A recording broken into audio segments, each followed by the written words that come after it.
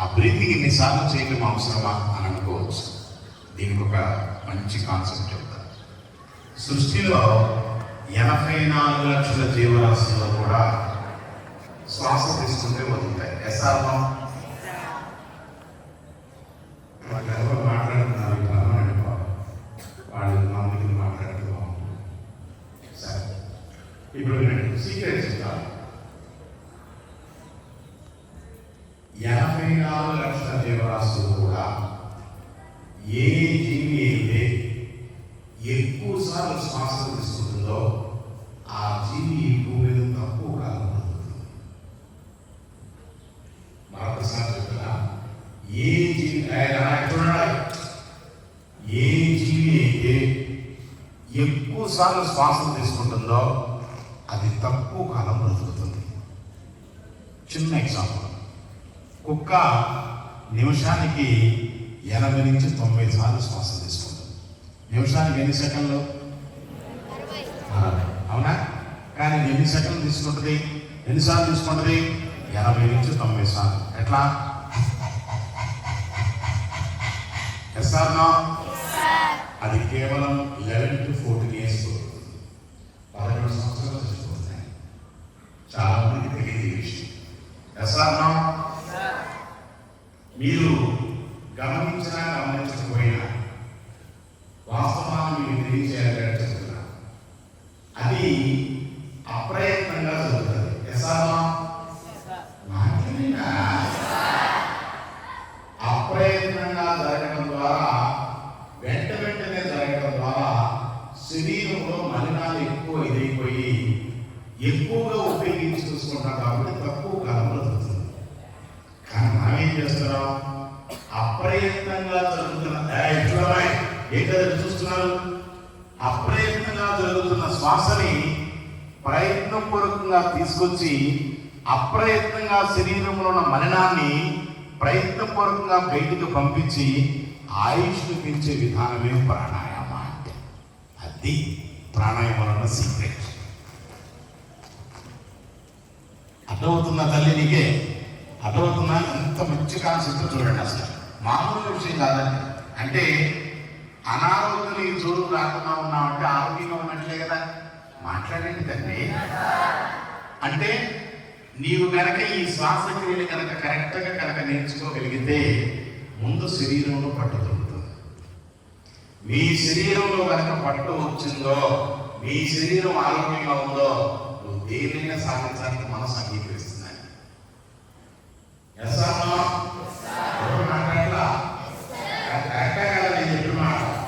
అంటే నీ మనసు నువ్వు అనుకున్న విధంగా జీవితాన్ని సాగాలి అంటే ముందు శారీరకంగా ఆరోగ్యంగా ఉండాలి. అందుకనే నేను పుస్తకాలు చూసి ఇచ్చాం. అదే పుస్తకాలు మొక్కలు ఇచ్చాం. అవునా? పుస్తకాలు ఉండేది అంతా ఏంటి? ఎంత వాటరే. ఎంత వాటర్ ఉంటుంది? 80% వాటర్. బాడీలో కూడా ఎంత శాతం ఉంటుంది వాటర్? Simple point.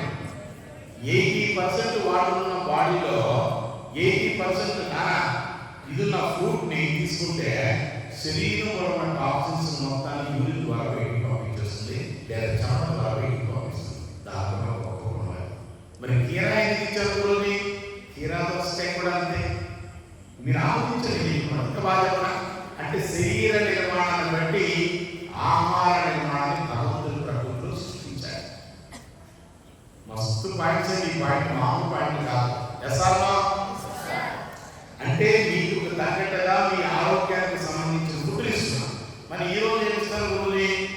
పొట్టని మొత్తాన్ని క్లీన్ చేసేసే ప్రాసెస్. పొట్ట ఆకారంలో ఉండే ఆహారం ఏంటిది?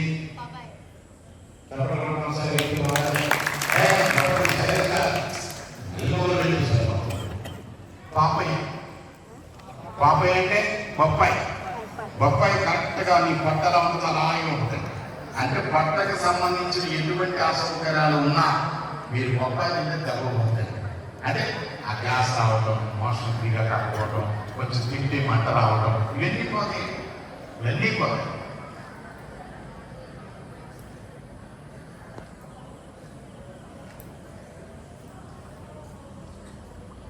మీ మాటలు ఆపిన తర్వాతే మొదలు పెడతారు. మిమ్మల్ని ఎందుకు ఇబ్బంది పెడతారు? అలా ప్రతిరోజు ఒక వెజిటబుల్ కానీ, ఒక స్ప్రౌట్ కానీ, ఒక ఫ్రూట్ కానీ డైలీ ఉన్న అంతరార్థం ఏంటంటే నీ బాడీ మొత్తం ప్రక్షాళన అయిపోవాలంటే. నీ చదువుకి అన్ని అడ్డంకులు కాకూడదు. ఎస్ఆర్నో మాట్లాడినా అర్థమవుతుందా? చెప్పిన మాట నాయకులు చూడు, పక్కకు చూస్తున్నావు, దృష్టి మార్చున్నావు. నేను మొదటి రోజు మీకు ఒక మాట చెప్పాను. ఒక విద్యార్థి పొందవలసిన లక్షణాలు ఏంటి? మొట్టమొదటి లక్షణం ఏం చెప్పాను? వెన్నుముక స్ట్రైట్గా ఉండాలని చెప్పాను. చెప్పారా? నువ్వు ఏం చేయొద్దు అన్నా, వెన్నుముక స్ట్రైట్గా పెట్టు, రిసీవింగ్ పవర్ అది పెరుగుతుంది, ప్రత్యేకించి మతపరుపు అనేది రావు అని చెప్పాను. చెప్పారా? దానికి ఏం చెప్పారు? 84 లక్షల జన్మరాశులు 2 ప్రాంతాలు నడుస్తూ వెన్నుముక లాభకోణంలో పెట్టుకుని తల స్ట్రైట్గా ఉండే ఏకైక జీవి ఎవరు మాట్లాడినా కూడా చెప్పారు. ఏమండి నీకు చెప్పారా లేదా తల్లి? ఎందుకు? మంచి ఆలోచన శక్తి, అవగాహన శక్తి, సంస్కృతి సాంప్రదాయం, ప్రకృతి పట్ల ప్రతిస్పందించే మనస్తత్వం, మంచి భాష, ఇవన్నీ ఎక్కడి నుంచి వస్తాయి? ఎక్కడి నుంచి వస్తాయి?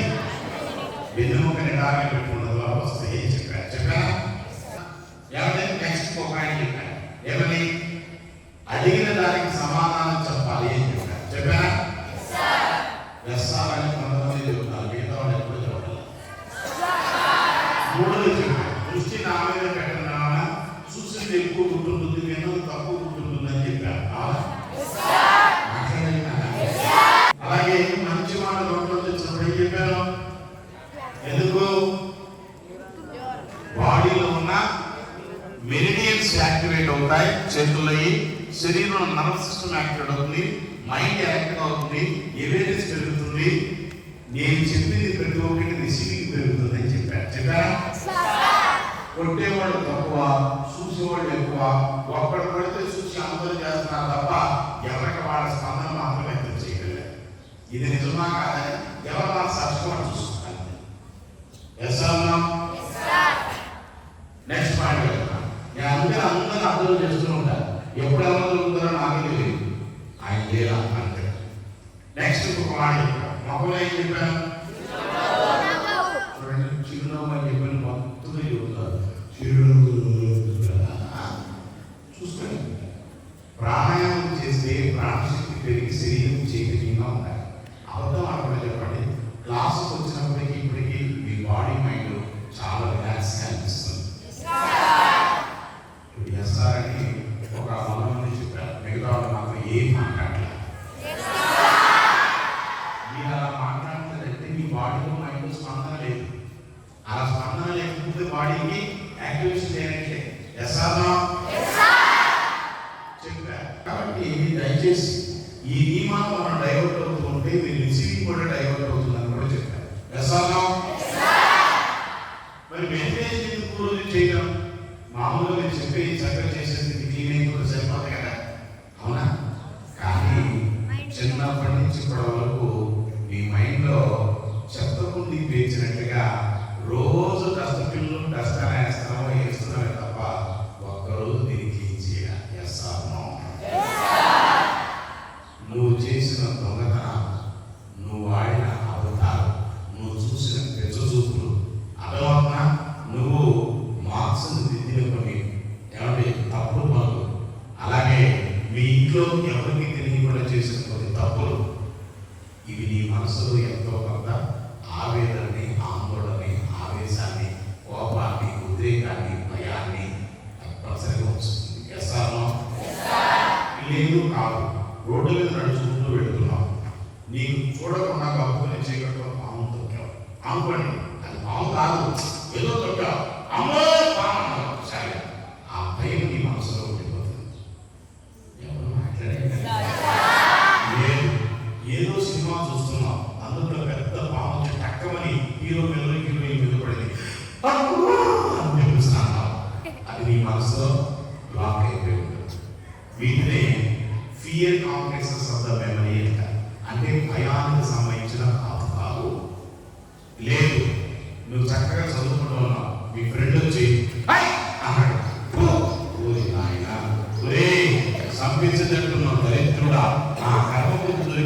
నేను స్నేహితులు చెప్పుకుంటే నాకు సిగ్గేస్తుంది అని అమ్మ నా కూతురు తింటేస్తూ ఉంటావు. ఎందుకంటే ఆ టెన్షన్ తట్టుకోలేక ఏదో నిజమా కాదా? అంటే ఇట్లాంటి సప్రెషన్స్ మనకు తెలియకుండా మన బ్రెయిన్లో ఉన్నాయి. వాటినే డెడ్ బ్లాక్స్ అంటారు. అదొక వీటినే బ్లడ్ బ్లాక్స్ అంటారు. వీటినే ఫియర్ కాంప్లెక్సెస్ అంటారు. అంటే భయానికి సంబంధించిన కాదు లేదా ఆవేదనకు ఆందోళనకు సంబంధించిన కాదు ఏమన్నా అనుకోండి. అదవుతున్నా లేదా రోడ్డు మీద నడుచుకుంటూ పెడుతున్నాం, నీ కళ్ళెదురకుండా ఒక అతను యాక్సిడెంట్ చేశాడు. అంటే బ్లడ్ సర్క్యులేషన్ మామూలుగా జరిగేదల్లా నీ ఆవేదనకు ఒక సెకండ్ అట్లా ఆగిపోతాయి. అవి బ్లాక్స్ అంటే అది మీకు తెలియకుండా జరుగుతుంది. ఈ మాట గుర్తుంచుకోండి. ఇటువంటివన్నిటినీ ఎప్పుడైతే ఏం చేయాలి? కళ్ళు మూసుకొని మీరు మెడిటేషన్ కూర్చుంటే అధోముఖంలో ఉన్న బ్లడ్ సర్క్యులేషన్ మొత్తం ఊర్ధముఖం వైపు ప్రయాణిస్తుంది. అది ఇక్కడ సీక్రెట్. ఎందుకు మీరు వెన్నుముక కాగండి, కాలు సైడ్ పెట్టి చేతి వేళలో అంటే మెడిటేషన్లో కూర్చునేటప్పుడు ఈ విధంగా కూర్చోవాలి. ఎందుకు? ఇవి పంచభూతాలు. శరీరం కూడా ఎంత పిల్లలేవి చెప్పండి. ఈ విశ్వం మొత్తం దేంతో ఉంది? విశ్వంలో పంచభూతాలలో ఏది ఎక్కువైనా ఏది తక్కువైనా ప్రకృతిలో ప్రళయంగా వస్తుందో శరీరంలో కూడా పంచభూతాలలో ఏది ఎక్కువైనా ఏది తక్కువైనా జబ్బై పెట్టుకుంటుంది. అది సీక్రెట్. ఎంత గొప్ప మాట తెలుసా? చిన్న ఉదాహరణ చెప్తా. నీకు బాగా ఫీవర్ వచ్చింది అనుకోండి, అంటే శరీరంలో ఎక్కువ ఏమైంది చెప్పొచ్చు కదా? వేడి ఎక్కువై. అంటే శరీరానికి వేడి తగ్గాలంటే ఏం చేయాలి? మాట్లాడండి. డాక్టర్ గారి దగ్గరికి వెళ్ళారు. డాక్టర్ గారిని చూపించారు. ఏమా అన్నట్టు ఉందమ్మా, అది వేస్తుందా? ఒక పంచి పారాసిటమాల్ టాబ్లెట్ వేసుకోవాలి. పారాసిటమాల్ ఇస్తారు. ఎస్, ఆ పారాసిటమాల్ అంటే ఏంటి? సల్ఫర్. ఏ మెడిసిన్? సల్ఫర్. సల్ఫర్ కొన్ని మనమేంటి అమ్మాయి తినండి. ఎంత సైంటిఫికల్ గా చెప్తున్నానో అర్థం చేసుకోండి. ఎందుకు జబ్బులు తెలియని కాన్సెప్ట్ చెప్పేస్తా. సల్ఫర్ ఉన్న గుణం ఏంటంటే వాటర్ని అబ్జార్బ్ చేసే గుణం సల్ఫర్ ఉంటుంది. నీ శరీరానికి 100 ఉందనుకోండి టెంపరేచర్, 250 mg ఇస్తాను. అది ఒక లోటా నీళ్ళు తాగితే సరిపోదు. అలా తాగేటట్టుగా అది ప్రేరణిస్తుంది. తాను వేసుకుంటుంది. అది వేసుకోగానే అదే చిన్న గ్లాసు ఏగా మా చిన్న గ్లాసు వేసుకోవాలి. బాగా తాగుతుంటే చెబుతూ వచ్చు కదా అని ఇరిటేట్ అవుతాం. ఎందుకంటే ఆ మెడిసిన్ ప్రభావం. కొంతమంది చూడండి, మందులు ఆడుతున్న వాళ్ళు ఇరిటేట్ అవుతూ ఉంటారు. ఇంత చేసినా కానీ చూడమని ఏడుస్తారు. కానీ ఆ మెడిసిన్ ప్రభావంతో మాకు ఇరిటేట్ అవుతారు. అంటే ఆ టైంకి ఆ పదార్థం పడకపోతే అది కోపం కిందో, ఉద్రేకం కిందో, ఆవేశం కిందో, పిట్లు కిందో పట్టడమో ఏదో చేస్తారు. ఎందుకంటే అవుట్పుట్ కావాలి కదా. అర్థమవుతుంది చెప్పిన మాట. అంతే తప్ప అది మెడిసిన్ ప్రభావం తప్ప వ్యక్తుల ప్రభావం కాదు, వ్యక్తిత్వ ప్రభావం కాదు. ఈ విషయం చాలా కుటుంబాలకు తెలియదు, చాలా మంది పిల్లలకి తెలియదు. అర్థమవుతున్నాయి. ఇప్పుడు మీ బామ్మ ఇది పట్టుకుని తిరుగుతుంది అనుకోండి, ఏదో సంథింగ్ ఏదో మందులు వాడుతూ ఉంటుంది అని అనుకోండి. అంతే తప్ప మనం పట్టుకుని పెట్టాలని రాకపోతే